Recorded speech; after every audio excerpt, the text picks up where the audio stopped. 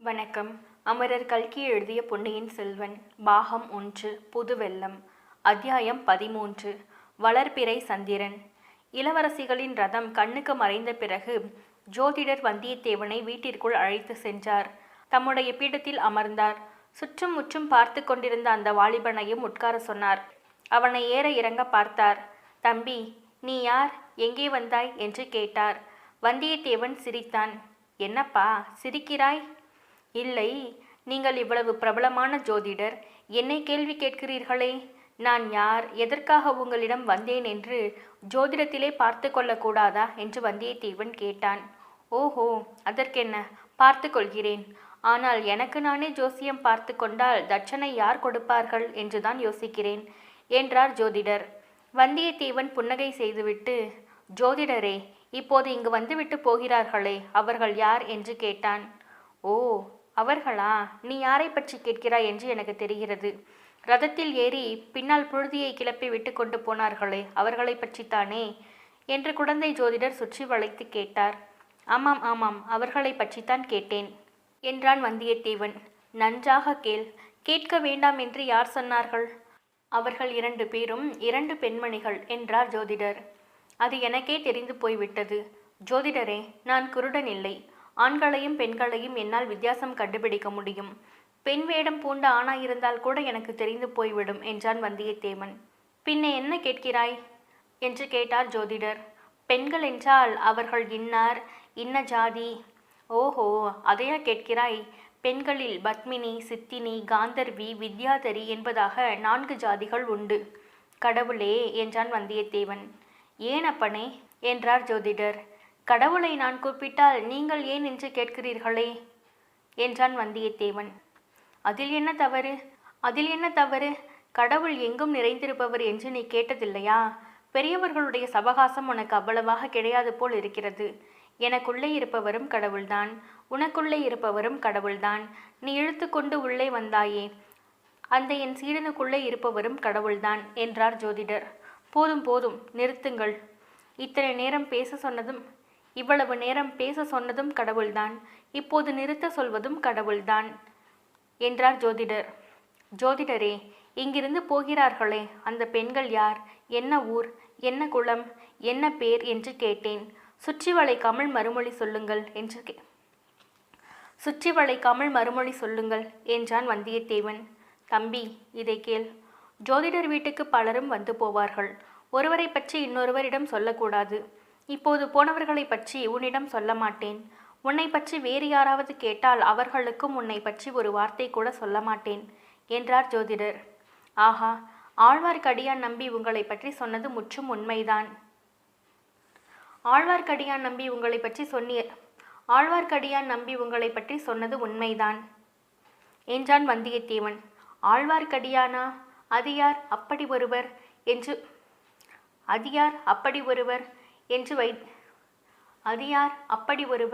என்று ஜோதிடர் கேட்டார். உங்களுக்கு தெரியாதா என்ன? உங்களை ரொம்பவும் தெரிந்தவர் போல் பேசினார். ஆழ்வார்க்கடியான் நம்பி என்று கேள்விப்பட்டதில்லையா? ஒருவேளை ஆளை தெரிந்திருக்கலாம், பெயர் ஞாபகம் இராது.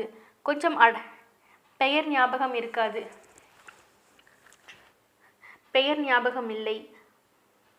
ஞாபகம் இல்லை.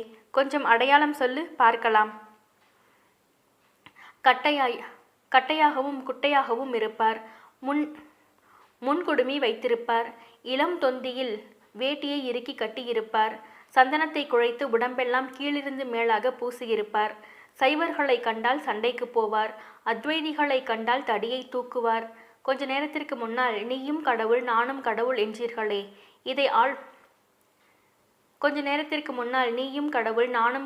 என்றீர்களே, இதை ஆழ்வார்க்கடியான் கேட்டிருந்தால் கடவுளை கடவுள் தாக்குகிறது என்று சொல்லி தடியினால் அடிக்க வருவார். தம்பி, நீ சொல்வதையெல்லாம் சேர்த்து பார்த்தால் திருமலையை பற்றி சொல்லுகிறாய் போல் இருக்கிறது. ஓ, அவருக்கு அப்படி வெவ்வேறு பெயர்கள் உண்டா என்று வந்தியத்தேவன் கேட்டான். ஊருக்கு ஒரு பெயர் வைத்துக் கொள்வார் அந்த வீர வைஷ்ணவர் என்றார் ஜோதிடர். ஆளுக்கு தகுந்த வேஷமும் போடுவாராக்கும் என்றான் வந்தியத்தேவன். சமயத்துக்கு தகுந்த வேஷமும் போடுவார் என்றார் ஜோதிடர். சொல்வதில் கொஞ்சம் கற்பனையும் பொய்யும் கலந்திருக்குமோ என்று வந்தியத்தேவன் கேட்டான். முக்காலில் 3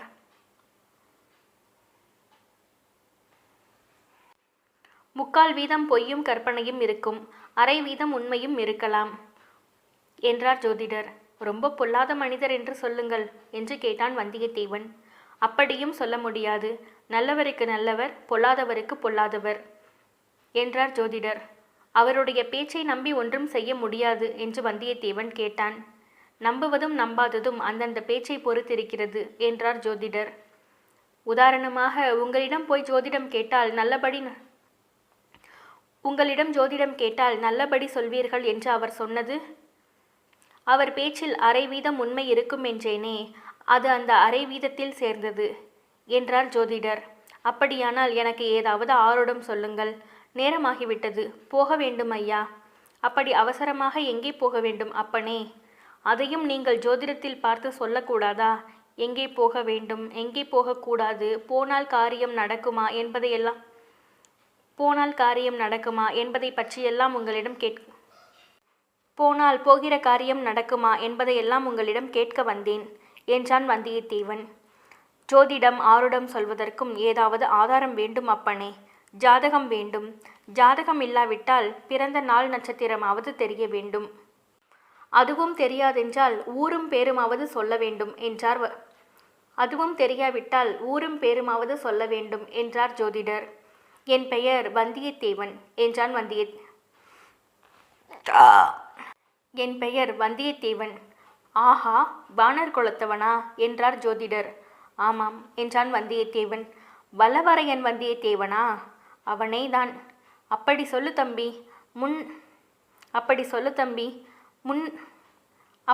தம்பி. முன்பே சொல்லியிருக்க கூடாதா? உன் ஜாதகம் கூட என்னிடம் இருக்கிறதே, தேடி பார்த்தால் கிடைக்கும். ஓஹோ, அது எப்படி என்றான் வந்தியத்தேவன். என்னை போன்ற ஜோதிடர்களுக்கு வேறு என்ன வேலை? பெரிய வம்சத்தில் பிறந்த பிள்ளைகள், பெண்கள், இவர்களுடைய ஜாதகங்களை எல்லாம் சேர்த்து வைத்துக் கொள்வோம் என்றார் ஜோதிடர். நான் அப்படி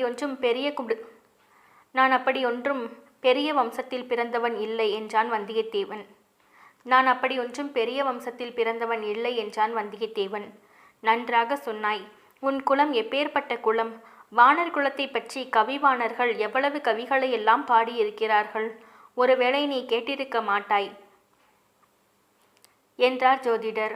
ஒரு கவிதையைத்தான் சொல்லுங்களேன், கேட்கலாம் என்று வந்தியத்தேவன் கேட்டான்.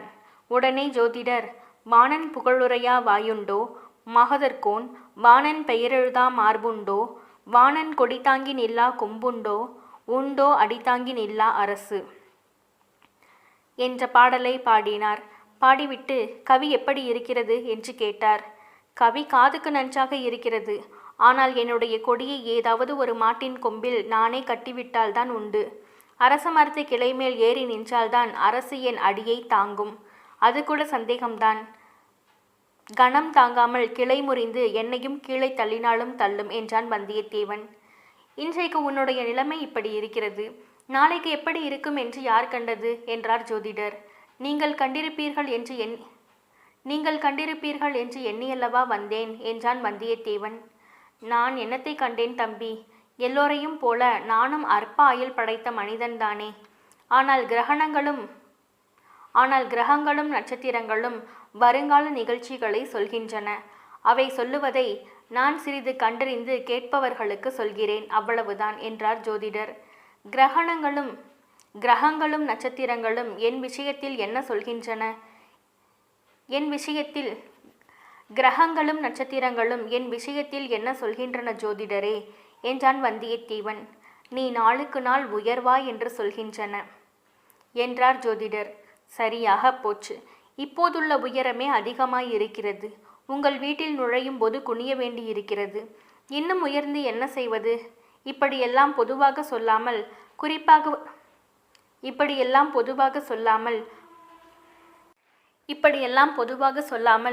குறிப்பாக ஏதாவது சொல்லுங்கள் என்று வந்தியத்தேவன் கேட்டான். நீ குறிப்பாக ஏதாவது கேட்டால் நானும் குறிப்பாக சொல்லுவேன் என்றார் ஜோதிடர். நான் தஞ்சாவூருக்கு போகிறேன். போகிற காரியம் கைகூடுமா என்று சொல்லுங்கள் என்று கேட்டான். நீ தஞ்சாவூருக்கு உன் சொந்த காரியமாக போகிறதென்றால் போகிற காரியம் கைகூடும். இப்போது உனக்கு ஜெயகிரகங்கள் உச்சமாய் இருக்கின்றன. மற்றவருடைய காரியமாக போவதாயிருந்தால் அந்த மனிதருடைய ஜாதகத்தை பார்த்துத்தான் சொல்ல வேண்டும்.